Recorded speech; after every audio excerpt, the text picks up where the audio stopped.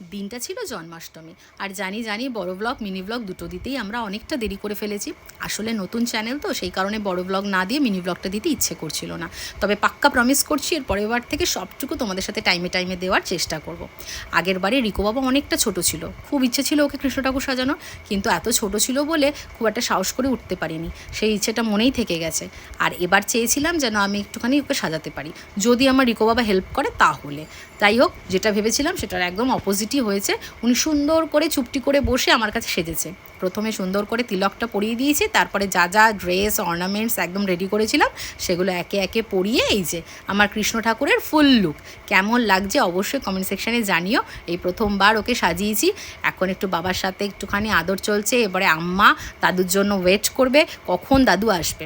যাই হোক, আবার একটু চশমা পরে নিয়ে একটু সুন্দর করে পোস্টোজও দিল, যা পাকা হয়েছে। আর এখানে দেখো উনি ময়ূরের পালক নিয়ে কুতু দিচ্ছে, আবার এখানে নিজেকে দেখতে এসছে আয়নায় মা কেমন সাজিয়েছে। যাই হোক, বিকেলবেলা আমাদের নিমন্ত্রণ ছিল সেন্ট জেভিয়ার্স ইনস্টিটিউটে। বাবা ওখানে বোর্ড মেম্বার, তো ওখানে পুজো ছিল বলে আমরা সকলে গেছিলাম।